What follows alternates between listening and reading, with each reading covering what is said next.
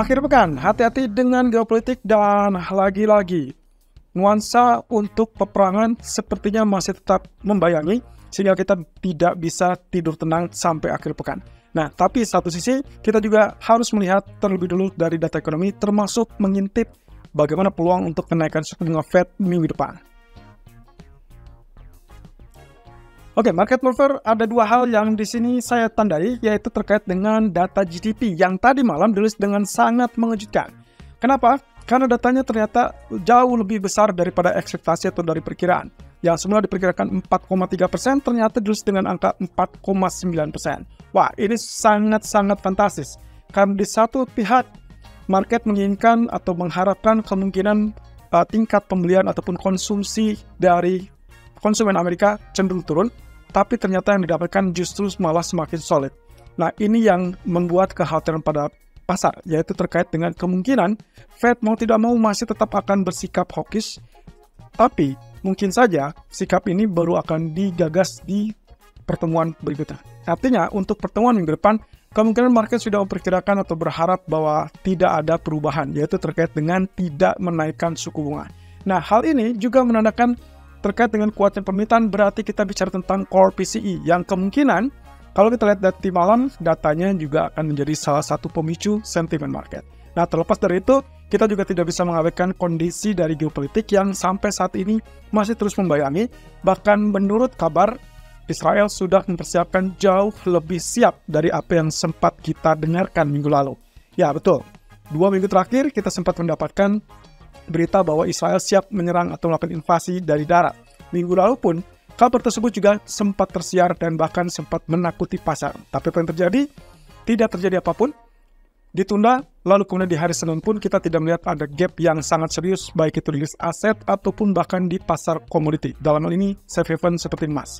Nah, tapi untuk kali ini, kelihatannya ancaman tersebut mulai terlihat nyata. Terlebih dengan Amerika yang kembali melakukan kejutan di situ, yaitu terkait dengan aksi balasan terhadap serangan yang dilakukan oleh para pemberontak terhadap base-base militer yang dimiliki Amerika.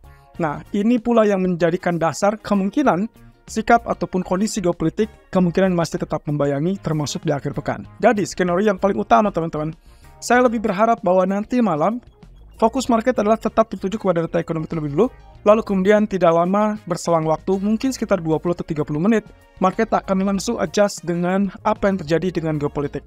Artinya, sampai penutupan market sesi malam nanti, jangan berharap bahwa geopolitik akan reda. Walaupun saya tidak berharap kita akan melihat peperangan yang sangat serius.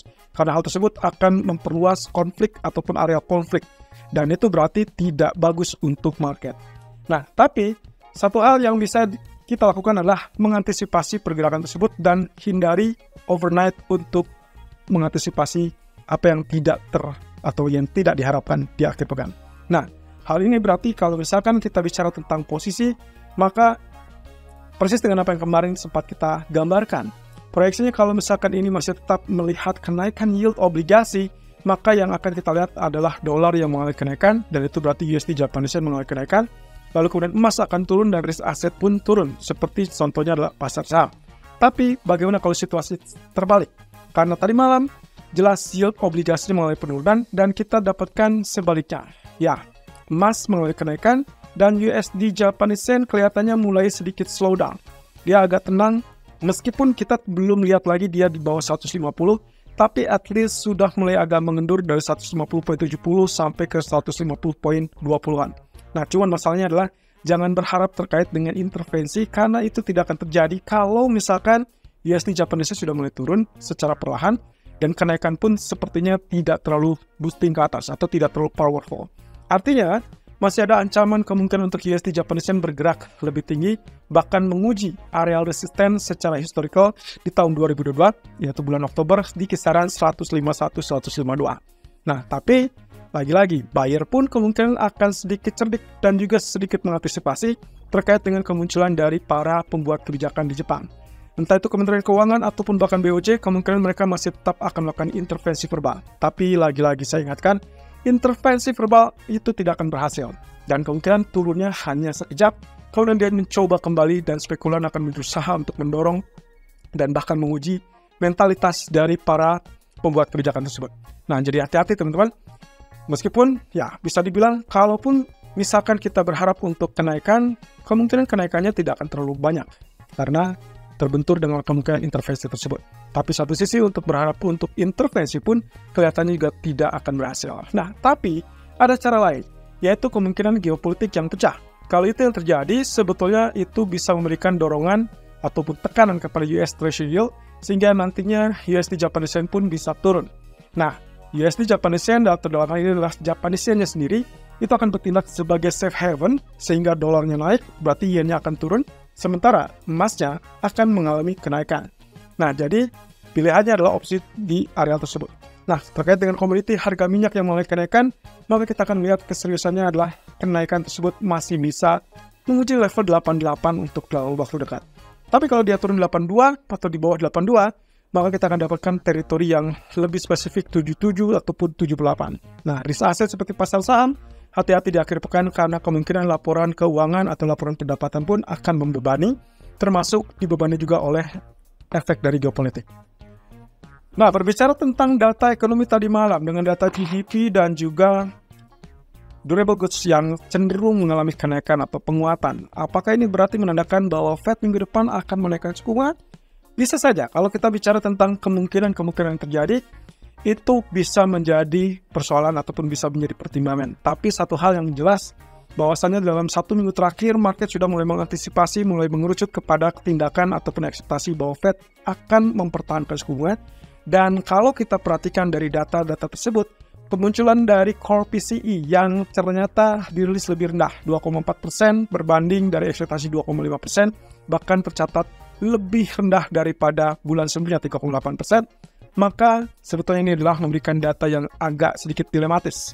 Fed, kemungkinan kalau kita lihat dari data-data tersebut, komponen datanya menunjukkan potensi untuk tetap mempertahankan suku bunga. Meskipun data GDP ataupun durable goods order yang dirilis dengan sangat kuat tadi, kebetulan itu akan menjadikan cerminan ataupun pertimbangan di pertemuan bulan Desember atau pertemuan bulan Januari.